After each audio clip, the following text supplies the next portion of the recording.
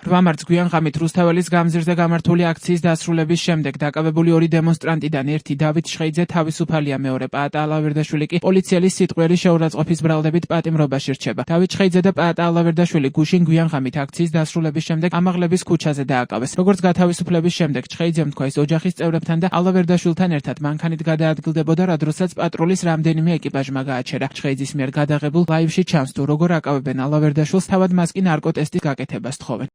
მე შემოწმებული ვარ გამოტესტს. დავბრძანდით, ნარკოტესტს უნდა შეგმოვით. გამორთით კამერა.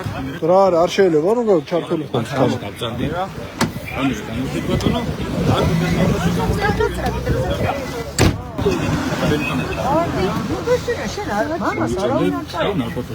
კი შემომოწმეთ. კი, სრულიად. არა. კი ბატონო, ცოტა ხანი გამორთეთ. რა, ხო შეიძლება ჩართული ხოს. კი ბატონო, კონდით ჩართული.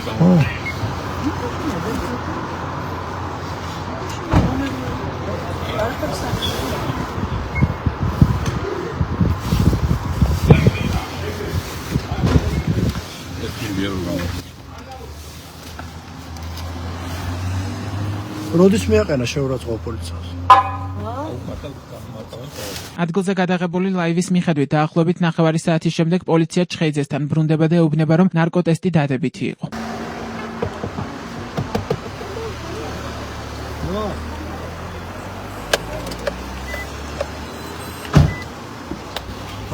გამარჯობა.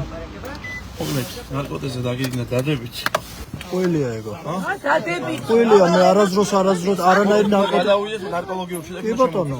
არასდროს მონერვიულობ ბავშვებო. არასდროს არ მიმიღე არანაირ ნარკოტიკული საშუალება. ეს ყველი. ბატონო. ეს ყველი. მოდი აქეთ გადმოვიდეთ, ჯობია. ესეთ რა არის, ბავშვებს ეშინია და გამომყევით და სახლიდან გამოვყვებით. ჩემ მეუღლეს აქვს იმათ. ბატონო? აქ დავბრძანდეთ აქ, რა?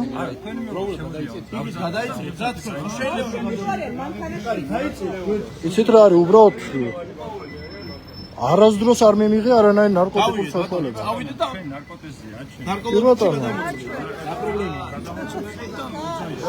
არინერვიულობ, ბავშვებო, არინერვიულობ არაფერზე. მოდი კაკო. არინერვიულობ, არაფერი არ მჭირს. შენ არინერვიულობ. მართლა არ გეუნები, არაფერზე არინერვიულობ. გეუნები დამიჯერე რა. თქვენი ნერვიულია რა თქმა უნდა.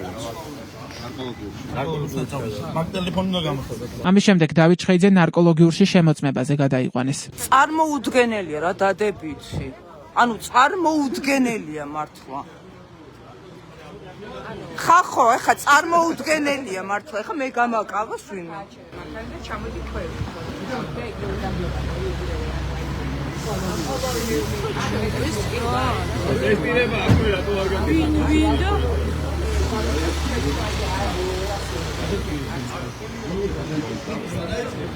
ბავშვები რო არიან მანქანაში იცით ხო ალბათ?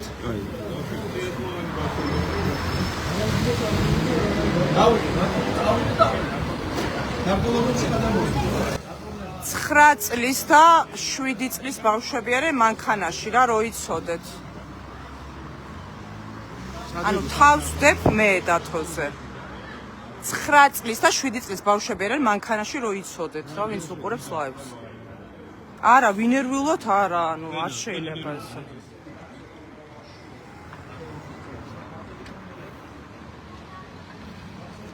ეს არის წარმოუდგენელი.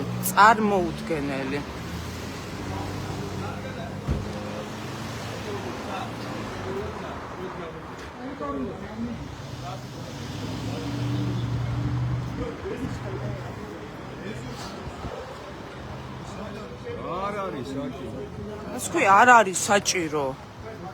წარმოუდგენელი რა დადებითი ნარკოტიკზე მე ვდებ თავს.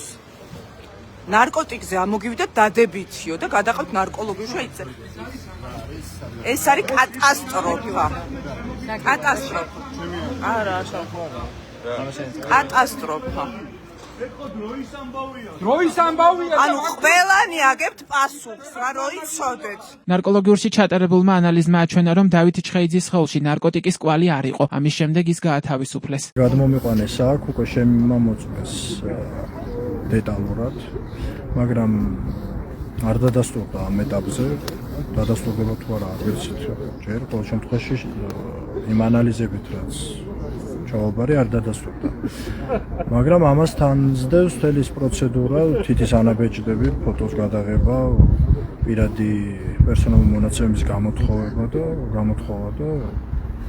ამას რა ემსახურება არ ვიცი ყოველ შემთხვევაში.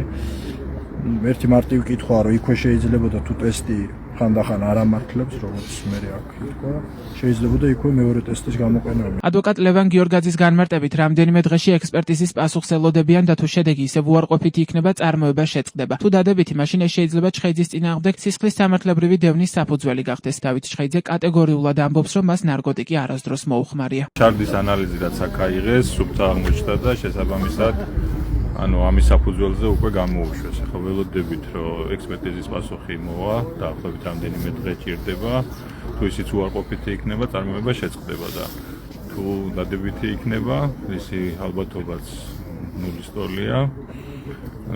ფორმალურად სამართლებრივად სისხლის სამართლებრივი დევნის საფუძველია თუ დადასტურდა. რაც შეეხება პაატა ალავერდაშვილს, ადვოკატის თეო ზაქარაშვილის თქმით, მისი დაცვის ქვეშ მყოფი ადმინისტრაციულ სამართალდარღვევათა კოდექსის 173 მუხლის მეორე ნაწილითაა დაკავებული, თუმცა ადვოკატი ამბობს იმასაც, რომ სამართალდარღვევის ოქმი შედგენილი არ არის და ეს ინფორმაცია შეიძლება კიდევ შეიცვალოს. ადვოკატის თქმით, დაკავების შემდეგ პაატა ალავერდაშვილს სიტყვიერი შეურაცხყოფა მიაყენეს.